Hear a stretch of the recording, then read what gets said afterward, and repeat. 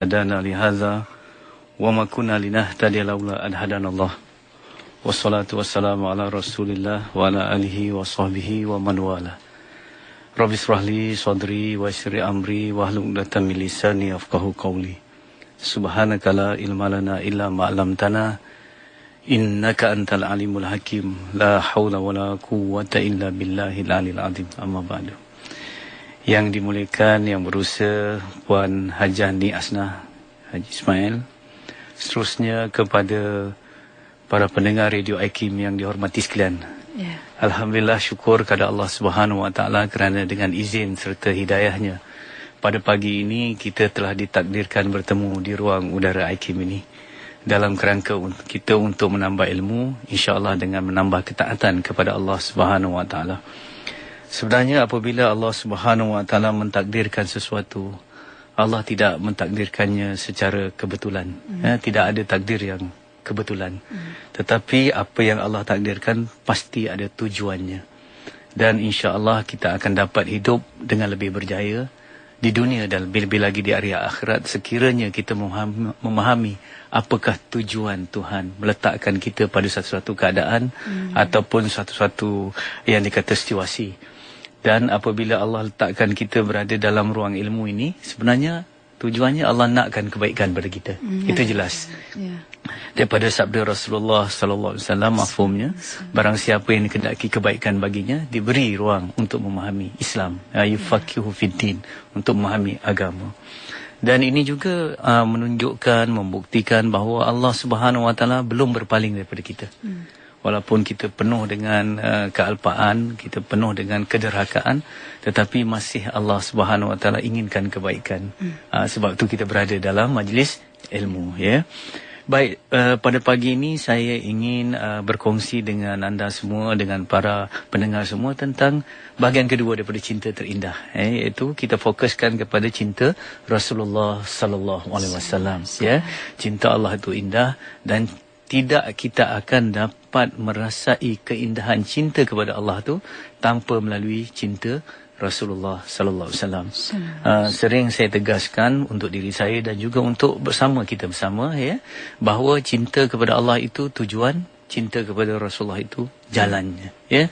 Tidak mungkin tercapai tujuan sekiranya kita tidak melalui jalannya. Itu sebab pertama mengapa cinta kepada Rasulullah itu penting. Yang kedua, cinta Rasulullah sallallahu alaihi wasallam itu penting kerana seorang itu, kata Rasulullah, akan bersama dengan siapa yang dicintainya, ya. Seorang tu akan bersama dengan siapa yang dicintainya. Sebab tu orang yang mencintai Rasulullah sentiasa merasai Rasul tu bersama dalam kehidupannya. Bukan saja di akhirat tetapi di dunia ni rasa, ya. Nanti kita akan cuba lihat bagaimana yang dikatakan kebersamaan Rasulullah sallallahu alaihi wasallam dalam kehidupan kita, ya. Lebih-lebih lagi di hari akhirat, ya, seorang itu akan bersama dengan siapa yang dicintainya di dunia, ya.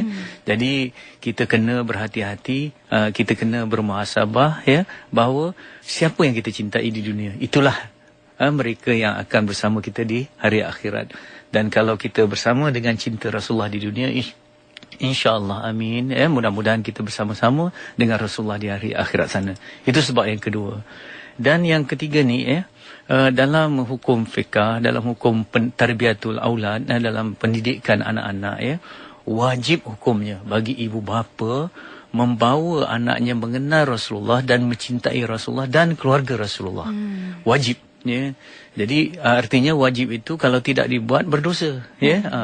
Artinya kalau kita nak mengenalkan Rasulullah kepada anak kita, dan bukan saja mengenalkan Rasulullah kepada anak kita, dan kita nak mendidik supaya anak kita cinta kepada Rasulullah, tidak mungkin, ya, ni seorang yang belum mencintai Rasulullah dapat membawa orang lain cinta kepada Rasulullah.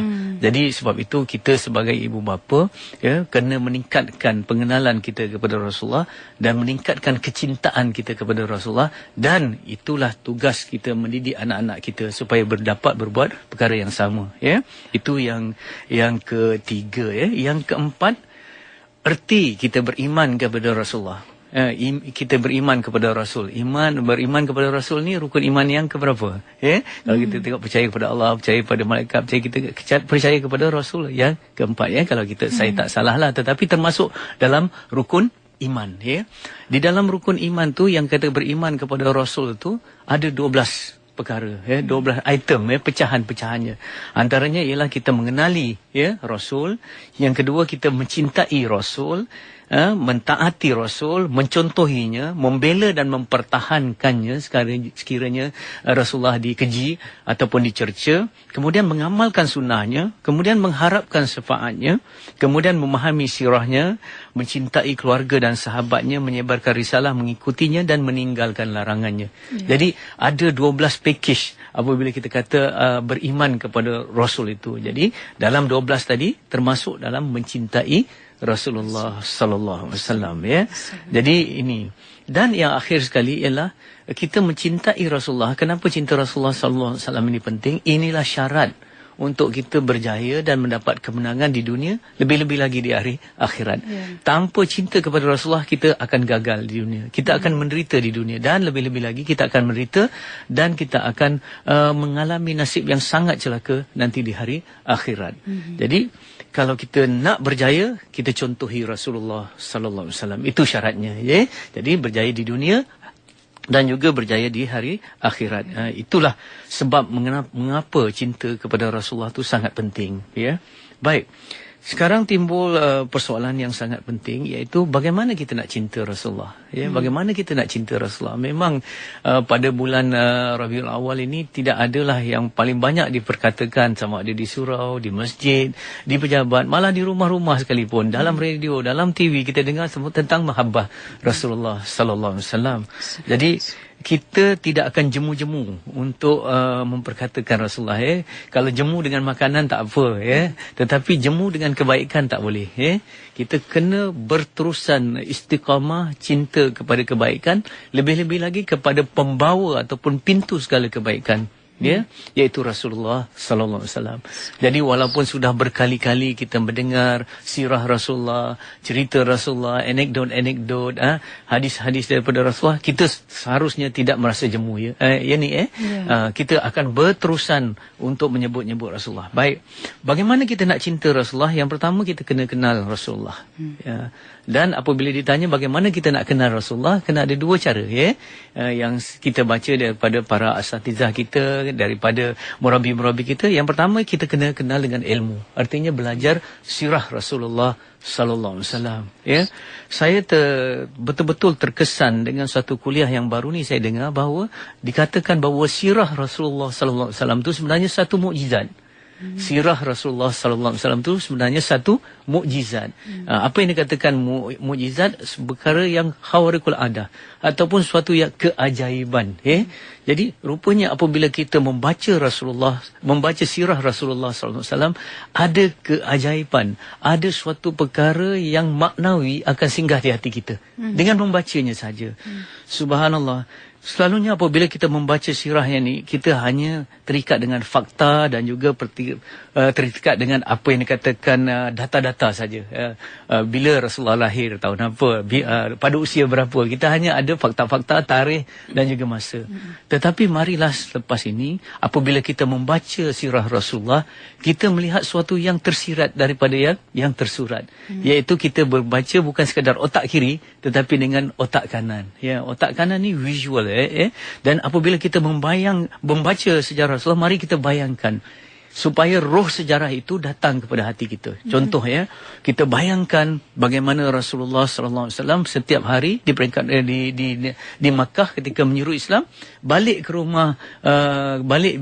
rumah dengan pakaian yang kotor, dengan muka yang berdarah, kerana disiksa. Begitulah tiap-tiap ketika Rasulullah sallallahu alaihi wasallam ketika menyebarkan Islam di peringkat awal, ya. Bayangkan bagaimana Rasulullah sallallahu alaihi wasallam ketika menerima wahyu dalam gelap Gua Hira tu, tiba-tiba datang satu makhluk iaitu malaikat Jibril memeluknya. Bayangkan betapa gerunnya, betapa hebatnya saat itu yang dilalui oleh Rasulullah. Bayangkan bagaimana ketika Rasulullah SAW, ketika pemuka-pemuka, ketua-ketua Taif menolak Rasulullah. Rasulullah bukan saja beredar daripada rumah itu dengan keadaan berjalan ni, tetapi berlari. keluar menyelamatkan diri. Kerana apa? Budak-budak yang diupah ataupun samsing-samsing di kota Taif waktu tu membaling tubuh Rasulullah SAW. Jadi Rasulullah keluar daripada Taif bukan dengan berjalan, tetapi dengan berlari begitu deras. Jadi kita cuba bayangkan saat itu bagaimana keadaan Rasulullah SAW, dan waktu itu barulah roh sejarah, yang kata roh sejarah ataupun nyawa daripada sejarah itu akan masuk ke hati kita. Dan kita kena baca roh sejarah ini, sirah yang dikatakan mukjizat ni berulang-ulang kali. Tak cukup sekali tetapi berulang-ulang kali. Sebab itu kalau kita dalam kaedah psikologi, dalam pendidikan, dia kata kalau kita mendengar suatu berulang-ulang kali, kita dididik dengan suatu berulang-ulang kali, barulah masuk ke dalam subconscious mind kita. Ini penting ya. Yang cara yang kedua ialah kita kena kenal dengan hati. Tadi kena dengan ilmu melalui pembacaan sirah, tetapi kita kenal dengan hati kita. Subhanallah, bagaimana kita nak rasakan kebersamaan Rasulullah SAW dalam kehidupan kita. Jadi apa yang kita belajar daripada sirah itu, cuba kita aplikasikan dalam kehidupan kita. Contoh ya, dalam kehidupan kita. Jadi jangan lihat sejarah itu hanya masa lalu, tetapi kita lihat keadaan yang kita hadapi masa kini. Bagaimana prinsip-prinsip dan juga fundamental ya daripada yang telah diasaskan oleh Rasulullah SAW itu dapat kita aplikasikan dalam kehidupan kita yang sekarang, yang sedang kita hadapi. Contoh ya, apabila kita pulang lewat malam ya, kadang-kadang ya, bila pulang lewat malam tentulah kita ketuk pintu ke bunyi lonceng tentulah isteri sudah tidur dan sebagainya. Bagaimana riak muka kita, bagaimana keadaan wajah kita ataupun rasa hati kita apabila pintu lewat dibuka. Misal katakan, apakah kita dengan muka yang masam ataupun kita dengan keluar kata-kata yang sinis terhadap isteri dan sebagainya. Kita pegangkan begitu. Jadi dia kata, jika Rasulullah berhadapan dengan keadaan itu, bagaimana? Kita refer balik kepada sirah.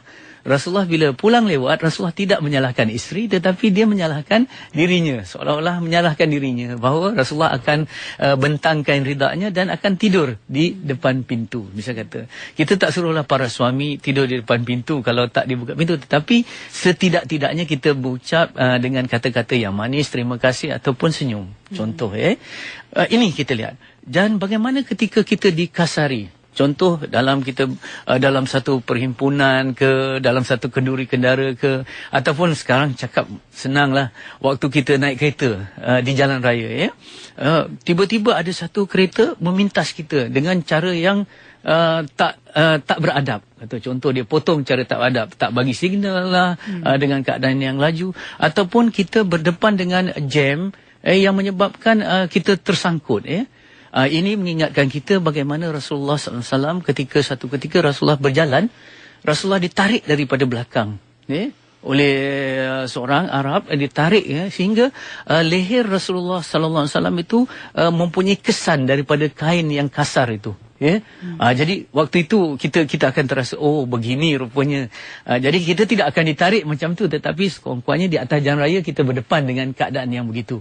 Subhanallah, Rasulullah memalingkan mukanya dengan senyum, dan kalau kita tak pun senyum kepada orang yang kurang beradab ataupun yang tidak ada manners, orang kata di jalan raya, sekurang-kurangnya mulut kita tidak memaki ataupun muka kita tidak mencuka sekurang-kurangnya begitu mari kita tengok bagaimana apabila kita di dalam mesyuarat. Contoh, dalam mesyuarat di pejabat atau mesyuarat di rumah kita ataupun dalam organisasi kita, bagaimana kita nak contohi Rasulullah sallallahu alaihi wasallam cuba kita lihat Rasulullah menjadi seorang pendengar yang baik.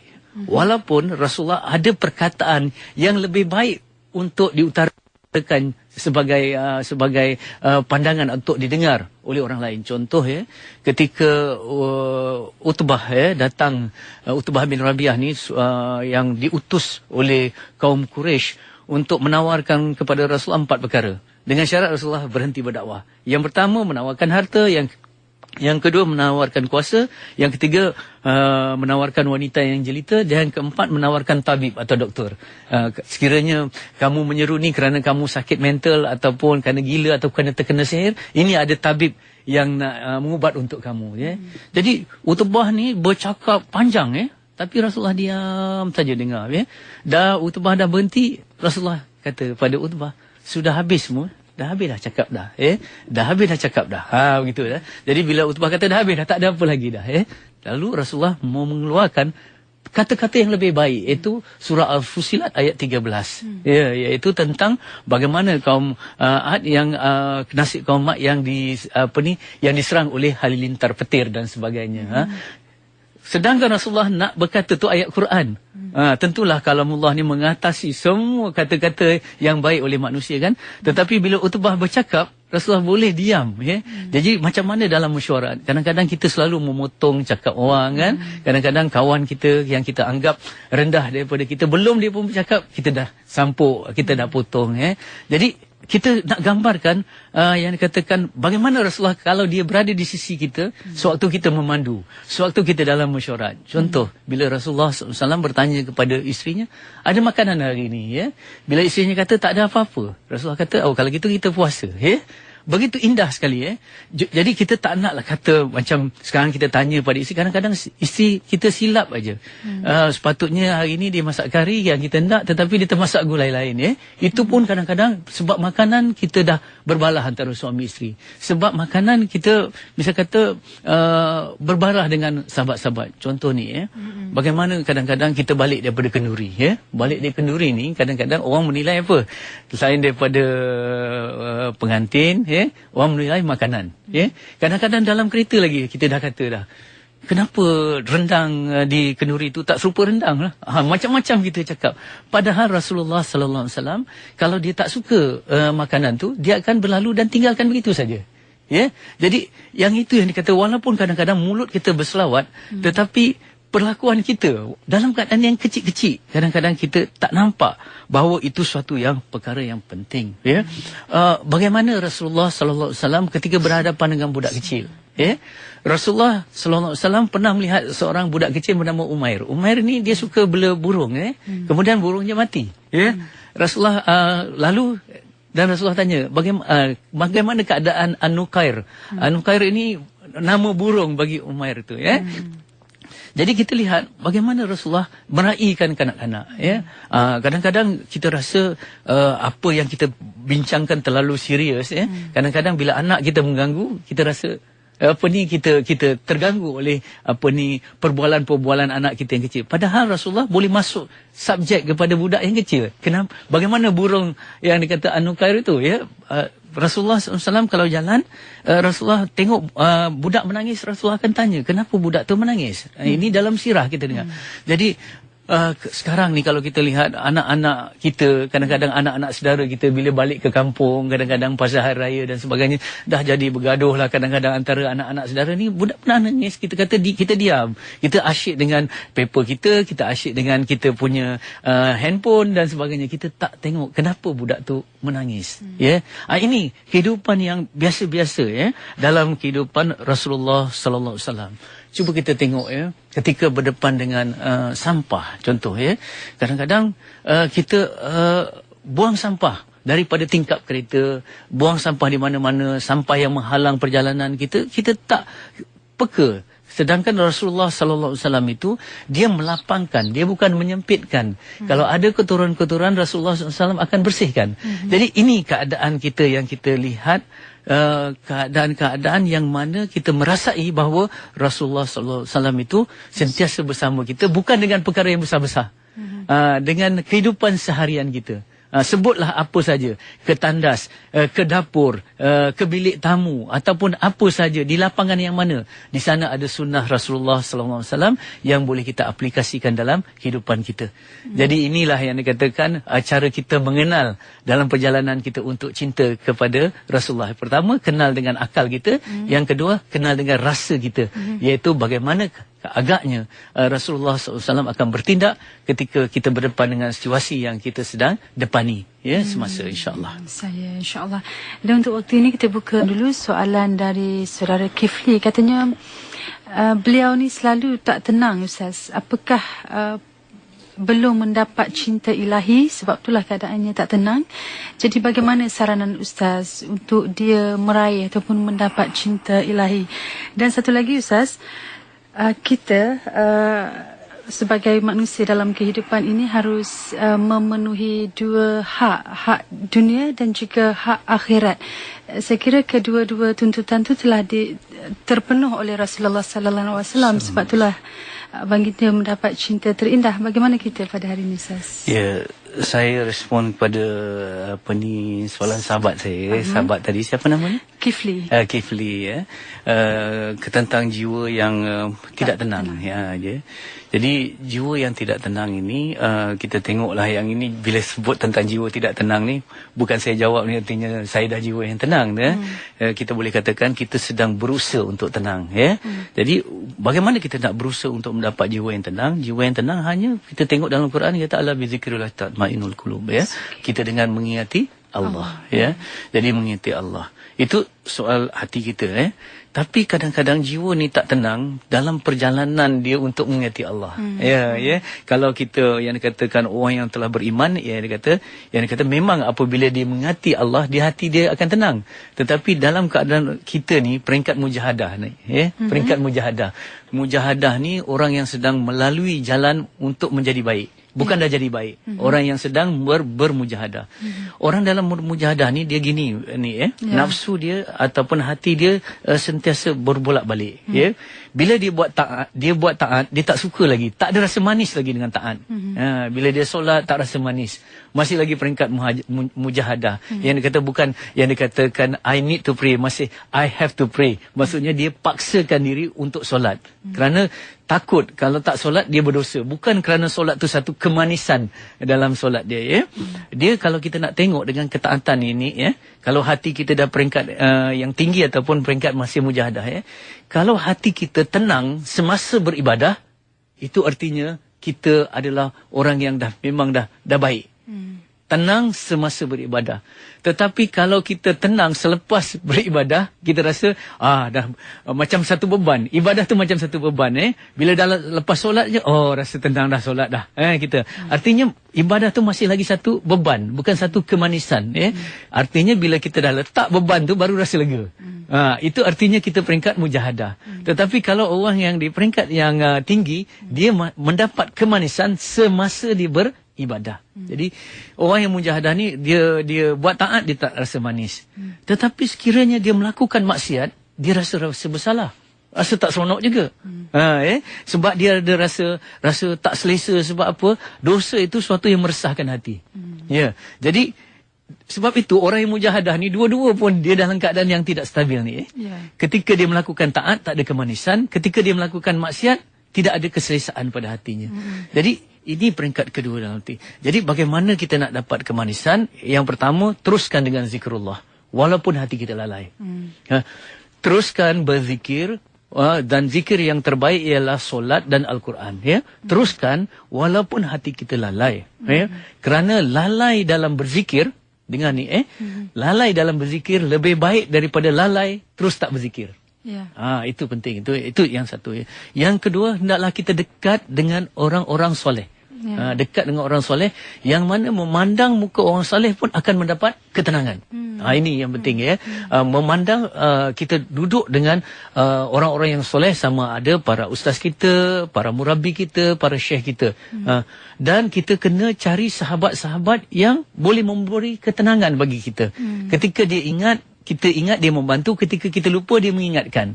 Jadi bagaimana kita nak dapat semua tu? Muka orang yang soleh, muka sahabat yang mengingatkan. Kita duduk dalam selalu halaqah ilmu lah. Selalu kita dalam halaqah kebaikan, halaqah zikir, halaqah ilmu, program-program kebaikan. Di mana kita nak jumpa? Di masjid. Gitu. Jadi kena kaitkan, kena dekat dengan suatu yang dekat dengan yang membawa dekat kita kepada Allah. Itu penting.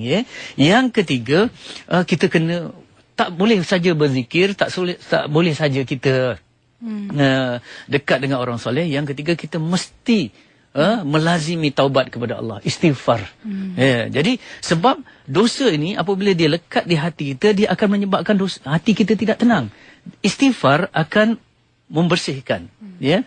Artinya membersihkan. Ini akan menyebabkan kita tenang. Okey, ada lagi dengan istighfar tadi, ada lagi dengan menziarahi, senang kubur dan juga orang yang sakit. Ya, kalau kita lihat orang-orang di ICU misal kita contoh ya, kita tengok ya Allah keadaan dia lebih buruk, keadaan dia yang lebih diuji, sanggup kata. Jadi kita akan menghargai nikmat yang ada pada kita. Tak tenang ni sebab kita memikirkan nikmat yang tidak ada. Kita tidak memikirkan nikmat yang ada. Sebab tu kita mencari dan terus mencari. Jadi artinya kita tidak menghargai apa yang sudah kita temui dalam kehidupan ini. Itu antaralah sikit sebanyak daripada. Dan kemudian apabila ditanya tentang bagaimana amalan dunia dan juga amalan akhirat. Kata ni bagaimana Rasulullah sallallahu alaihi wasallam mengimbangi kedua. Subhanallah, Rasulullah yang dikatakan satu contoh teladan yang amat baik kerana Rasulullah sallallahu alaihi wasallam tidak pernah memisahkan dunia dengan akhirat. Kerana untuk kita memburu kebaikan di akhirat itu keuntungan. Kita mesti benar-benar memanfaatkan dunia ini sebagai modalnya. Jadi dunia ini sebagai modal, akhirat itu sebagai untungnya. Mana mungkin kita dapat untung tanpa kita benar-benar kita memanfaatkan modalnya. Jadi sebab itu Rasulullah sallallahu alaihi wasallam kalau kita lihat masanya benar-benar penuh dengan kebaikan. Kebaikannya kepada Allah. Kebaikan tu dituju kepada Allah tetapi melalui khidmat kepada manusia. Itu yang sentiasa kita tengok bagaimana Rasulullah kalau ada wangnya dia bila dalam keadaan dia kaya dia mengeluarkan hartanya yang dikatakan rihil mursalah macam angin kencang macam angin kencang artinya betul-betul mengeluarkan harta dalam keadaan yang tidak tanpa berkira-kira Jadi kita lihat begitu. Jadi Rasulullah memanfaatkan dunia yang ada di tangannya untuk kepada akhirat. Itu. Rasulullah memanfaatkan tenaga, jiwa dan apa sajanya di dunia untuk berbakti demi kepada akhirat. Jadi dunia ini sebagai alat, akhirat itu sebagai matlamat.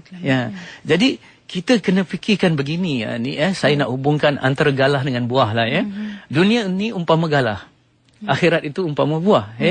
Kita tidak akan dapat kait buah tanpa galah. Betul Tanpa galah kita tidak akan dapat kait buah. Tetapi akhirnya kita nak makan galah ke nak makan buah? Buah Jadi itu akhirat itu yang dikatakan lebih baik dan lebih kekal. Tetapi saya ingin mengulang kata yang selalu saya katakan dalam segmen ini, kata-kata daripada Dr. Yusuf Qaradawi, iaitu mencintai syurga bukan bererti meminggirkan dunia. Mencintai syurga bukan bererti meminggirkan dunia. Bahkan setiap inci tanah yang ada di atas muka bumi ini adalah tempat yang paling subur untuk menanam benih syurga. Itu. Sebab tu saya selalu katakan jadikan tempat kerja kita sebagai sejadah ibadah kita. Jelas dan terang. Okey, kita bersama dengan pemanggil kita. Kita ada 3 orang pemanggil di talian ketika ini. Sas, kita bersama dengan Puan Sa'diah di talian. Saya Sa'diah daripada Kelawang. Saya nak tanya, kita ada suami kan? Kita sentiasa cakap dengan suami kita benda baik, contoh Rasulullah. Tapi suami kita tu macam tak berapa nak ikut. Selalu menentang kalau kita cakap benda-benda baik tentang Rasulullah. Sampailah jadi perceraian.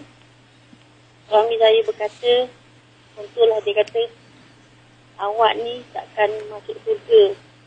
Walaupun dekat mana pun surga di tepi mana pun, awak tak ada tempatnya. Tadi Ustaz, Assalamualaikum. Waalaikumsalam. Kita bersama dengan Cik Azmi dari Putrajaya. Nama saya Muhammad Azmi Abdullah dari Putrajaya. Nak tanya Ustaz, bagaimana nak mendidik anak mengikut sunnah Rasulullah? Saya dan satu lagi soalan dari Puan Zailan. Saya Zailan Suratin dari Batu Bahan. Tanya dengan Ustaz, macam mana kita nak mengimarahkan masjid ataupun surau agar setiap waktu tu penuh dengan jemaah. Tapi kalau kita lihat dunia hari ini, kalau warung kopi setiap petang tu penuh dengan orang kampung berbual-bual kosong. Tapi masalahnya kenapa tu setiap waktu agak kosong tu? Terima kasih. Assalamualaikum. Waalaikumsalam. 3 soalan Ustaz. Ya, ketiga soalan ni memang mencabarlah ya kita katakan. Tapi inilah realitinya kehidupan kita kan. Dalam gitu. Kadang-kadang soalan-soalan ataupun luahan-luahan daripada sahabat-sahabat kita ya. Sebenarnya bukan inginkan penyelesaian sangat ya, tetapi hanya untuk didengar ya. Kerana saya teringat apa yang dikatakan oleh para hukama dia kata, sebenarnya sebahagian besar persoalan di dunia ini bukan memerlukan penyelesaian, hanya untuk didengar saja ya. Sebab tu Allah tu As-Sami', Maha mendengar. Jadi sebab tu kita bagilah ruang untuk kita mendengar ya. Baik. Soalan yang pertama tentang suami ya, tentang suami yang dah diajak kepada kebenaran, diajak untuk cinta Rasulullah, kemudian akhirnya terjadi macam apa tadi, penceraian ya. Kemudian akhirnya suami kata tak ada tempat di syurga ya. Jadi subhanallah, mujurlah ya, tidak ada manusia yang dapat menentukan tempat seseorang di syurga ataupun di neraka, kerana tempat dia pun tak pasti. Ya. Tempat dia pun tak pasti di mana kan. Jadi begitulah ya. Jadi kita kena pegang itu. Jadi kita tak perlu terlalu terkesan dengan kata-kata manusia ya, kerana manusia tidak boleh memberi kesan apa-apa. Kembali kepada tauhid, yang memberi kesan ialah Allah Subhanahu Wa Taala. Itu yang penting.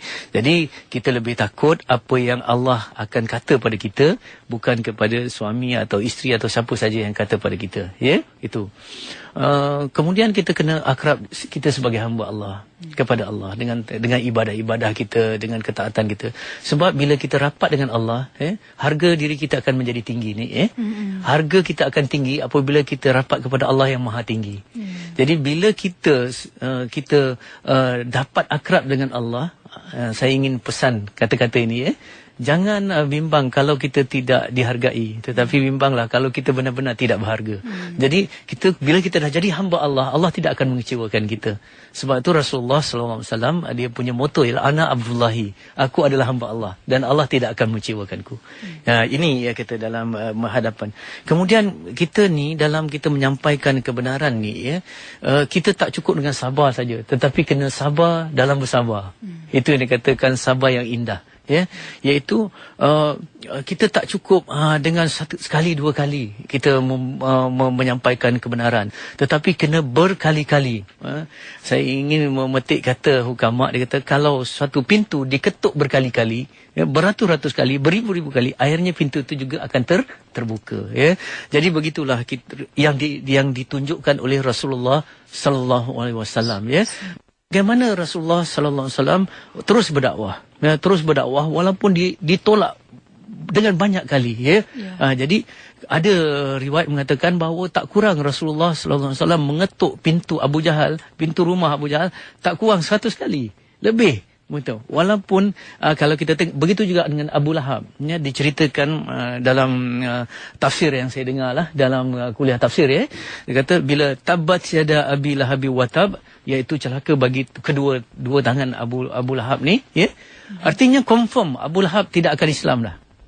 Sebab ayat tu dah turun.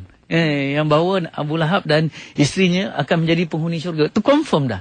Tetapi bagaimana sikap Rasulullah sallallahu alaihi wasallam? Ya, itu kerja Allah. Tetapi kerja kita menyampaikan. Jadi kita bukan penghukum, kita dai. Jadi sebab itu kita kena wujudkan jiwa dai ini dalam diri isteri, dalam diri suami. Artinya kita menyampaikan, tetapi hak untuk memberi hidayah itu tetap hak Allah. Jadi beginilah ya, saya selalu katakan kita menyeru orang buat baik. Kita menyuruh untuk kita menghapuskan kejahatan. Tetapi kalau kejahatan itu tidak berubah dengan usaha kita, sekurang-kurangnya kita dah melaksanakan tugas. Dan pastikan jangan kejahatan itu pula mengubah kita. Macam mana kejahatan mengubah kita? Kita dah seru-seru orang yang jahat. Tiba-tiba orang jahat itu tidak berubah. Akhirnya kita maki hamun orang jahat. Akhirnya kita berhenti daripada berdakwah. Waktu itu sebenarnya kejahatan yang kita tidak dapat ubah tu telah mengubah kita. Telah mengubah kita. Sebab itu kita kena berhadapan dalam suasana rumah tangga ni terlebih dahulu ya. Jadi seorang isteri insya-Allah boleh menjadi isteri yang solehah walaupun suaminya tidak tidak soleh. Ya, itu penting sebab itu saya selalu mengatakan bahawa dalam rumah tangga para isteri mesti meletakkan hierarki cintanya dengan betul. Pertama, cinta kepada Allah. Yang kedua, cinta kepada Rasulullah. Yang ketiga, baru cinta suami, kan? Jangan letakkan begini. Cinta pertama, suami. Cinta kedua, suami. Cinta ketiga, suami. Itu kita akan menderita. Jadi, letakkan hierarki cinta itu dengan baik. Tak apa kalau kita diuji dengan tadi. Baik. Yang kedua, Cik Azmi, bagaimana mendidik anak. Saya rasa ini tajuk yang besar. Tajuk yang besar. Jadi, mungkin insyaAllah pada segmen-segmen yang lain nanti saya akan memilih tajuk ini. Tetapi cukup saya bagi satu kunci kata. Bagaimana mendidik anak supaya menjadi anak yang baik? Jawabnya ialah kita dulu jadi baik. Dia didik diri dulu. Diri kita jadi baik, insya-Allah. Pendidikan yang berkesan ialah pendidikan melalui teladan. Ini yang telah dibuktikan oleh Rasulullah sallallahu alaihi wasallam ketika Rasulullah nak menyampaikan Al-Quran dalam bentuk bacaan, dalam bentuk huruf ni yang kita tengok ni, Rasulullah sendiri menjadi Quran hidup. Jadi itu yang kata role model. Jadi cara macam mana kita mendidik anak yang terbaik, kita jadi baik. Itu yang kata tadi, bagaimana kita nak mendatangkan rasa cinta anak-anak kepada Rasulullah kalau kita sendiri belum cinta. Jadi sebab itu berusahalah. Dan jangan tunggu kita jadi baik barulah kita nak anak kita jadi baik pula. Jangan apa terperangkap dengan tipu daya syaitan. Akhirnya kita diam. Kenapa tak anak jadi baik? Kerana saya pun belum jadi baik. Bukan. Kita berdakwah ni umpama kita basuh kain. Kita basuh baju tu supaya bersih. Tapi pada masa yang sama, tangan kita yang membasuh baju tu pun bersih juga. Artinya ibda' binafsih. Kita baiki diri. Pada masa yang sama kita seru anak-anak kita. Beriringan untuk kita sama-sama menempuh jalan kebaikan. Baik. Yang ketiga, Cik Zailan ni, bagaimana masjid dan surau untuk dipenuhi. Dalam Al-Quran dah jelas Allah Subhanahu Wa Taala menegaskan bahawa masjid ini akan diimarahkan orang yang beriman kepada Allah dan hari akhirat. Artinya orang yang boleh pergi ke masjid ialah orang yang ada beriman kepada Allah dan hari akhirat. Orang yang ada sense of the end, yang ada rasa bahawa dunia ini sementara, akhirat itu yang kekal abadi. Kerana apa? Kenapa masjid kosong? Kerana orang leka memburu dunia. Manfaat dunia tu nampak. Kalau kita minta contoh kalau kita kerja 1 jam, berapa allowance yang kita dapat? Kalau kita berniaga, berapa ganjaran yang kita dapat? Tapi duduk di dalam masjid tak dapat apa-apa. Tak nampak kenapa? Duduk di dalam masjid itu ataupun kita beribadah buat apa saja kebaikannya, semua kebaikan-kebaikan yang kita dapat ialah kebaikan yang maknawi, yang bukan yang tersurat tetapi yang tersirat, yang hanya dapat dilihat dengan pandangan mata hati yang ada iman. Contoh, beriktikaf dalam masjid, kita dapat pahala. Pahala nampak? Tak nampak. Kalau kita solat fajar 2 rakaat sebelum subuh, fadilatnya lebih dari kebaikannya lebih daripada dunia dan segala isinya. Ada nampak? Tak nampak, kan? Kalau nampak, insya-Allah orang akan pergi, kan? Kalau kita tengok macam mana orang memburu bantuan-bantuan kerajaan ni, kadang berbaris sampai tak cukup, berjam dan sebagainya kerana orang nak manfaat itu, Dan bila duduk masjid, subhanallah, kita dekat dengan rumah Allah, kita dekat dengan Allah, hati kita akan tenang. Artinya masjid adalah hospital jiwa. Bukan hospital jiwa orang sakit jiwa, tetapi itulah, di sanalah kita merawat hati kita. Tetapi sekarang ni, minta maaf, orang lebih peka ataupun orang lebih menitik berat ke soal kesihatan hati dia ke ataupun kesihatan badan dia. Sikit saja orang mengambil berat tentang kesihatan hati dia. Yang selalu dibelik di depan cermin, yang nak licin, nak mulus, nak putih ni semua muka, kan? Orang tak nampak soal hati dia. Kadang-kadang minta maaf kurap hati, panau pada jiwa kita, kan?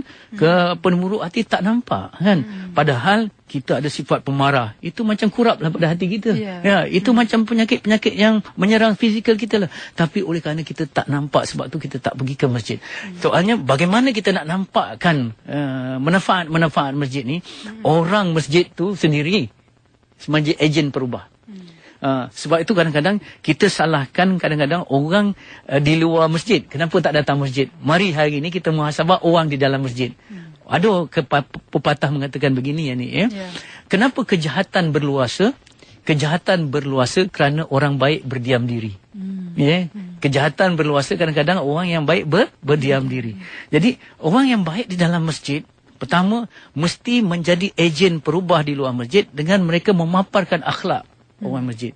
Artinya terbeza antara orang yang sering ke masjid dengan orang yang tak pergi ke masjid di sudut akhlaknya. Sebab tu kita katakan bahawa Rasulullah sallallahu alaihi wasallam berjaya dalam dakwahnya kerana Rasulullah menjadikan akhlak sebagai senjatanya. Semua orang tertarik dengan akhlak Rasulullah sallallahu alaihi wasallam. Jadi sewajarnya ahli-ahli masjid yang istiqamah ke masjid memaparkan akhlak, bukan memboikot. Bukan memboikot. Setengah kata minta maaf ya. Ada orang kata oleh kerana si fulan itu tak pernah datang masjid, tiba-tiba dia ajak kenduri rumah dia, kenduri apa yang dikatakan kenduri, kita boikot lah sebab dia tak pernah datang masjid, kita boikot. Padahal kalau kita berjiwa dai, mari kita datang ke rumah dia, sebelum kenduri cakaplah tazkirah sikit dan sebagainya, kita meraihkan artinya kita boleh. Yang kedua, masjid mesti kata multi apa ni, orang kata dia ada kepelbagaian khidmat. Bukan saja sudut hablum minallah, tetapi ada perkara-perkara, ada aktiviti-aktiviti yang menarik. Contoh, sebab itu saya tertarik dengan ada masjid yang ada padang. Sayyidina Umar Al-Khattab diberitakan kalau dia masuk ke satu penempatan, dia cari yang kedua, yang pertama selepas dia bina masjid ialah di mana padang permainan. Jadi ada masjid yang ada futsal di sebelahnya dan sebagainya sekarang ni Jadi kita latih anak-anak kita, dia bermain-main tapi dia dengar azan, dia akan pergi. Dia akan solat. Jadi ada juga masjid-masjid yang sekarang berfungsi sebagai pusat rawatan kesihatan. Nak cek darah ke, nak sebagainya. Jadi ada orang, biarlah dia datang hanya cek darah saja, ataupun dia tengok kesihatan, bukan dia nak solat, dia nak manfaat saja daripada ini. Tak apa, dia datang dia jinak-jinak, nanti dia nampak ke dalam. Jadi itulah cara kita menarik orang pergi ke masjid. Dan boleh, kalau boleh, antara jawatan kuasa yang mengurus dan mentadbir masjid, memimpin masjid, masukkan orang muda sebagai ahli jawatan kuasa, ataupun jadi ketua unit apa ke, sebab orang muda ni, young blood ni, dia ada idea-idea baru bagaimana nak menarik orang lain, orang muda-muda ke masjid. Betul. Dan kita sebenarnya ada banyak soalan, tetapi masa kita tak cukup, Ustaz ya. Saya kira di akhir ini mungkin Ustaz nak kongsikan kesimpulan kepada tajuk kita, cinta terindah. Cinta terindah ini memang indah kalau kita merasainya. Itu lebih indah. Tetapi kita dengan mendengar cerita pun kita dah indah. Kita tengok, kita baca sirah pun dah indah. Apatah lagi kalau kita aplikasikan sirah itu dalam kehidupan kita. Jadi jangan Rasulullah tu kita letakkan di akal kita saja. Letakkan Rasulullah tu di hati kita. Kita laksanakan insya-Allah. Sebab cinta ni soal rasa. Cinta ni bukan kata-kata, tetapi cinta, love is a verb. Bukan a word, bukan kata-kata, tetapi is a verb ataupun tindakan. Pengenalan kita kepada Rasulullah tak cukup dengan kenal tubuh fizikalnya saja. Sebab itu bapa saudara Rasulullah Abu Talib pun terpinggir. Kerana apa? Kerana dia hanya mengenal dan mencintai Rasulullah pada tubuh fizikalnya saja, tetapi dia tidak menjiwai perjuangan Rasulullah. Okey, cinta kita kepada Rasulullah SAW tidak cukup seperti mana Abu Lahab yang hanya gembira pada hari kelahirannya saja, tetapi dalam seluruh kehidupannya digunakan untuk menentang Rasulullah.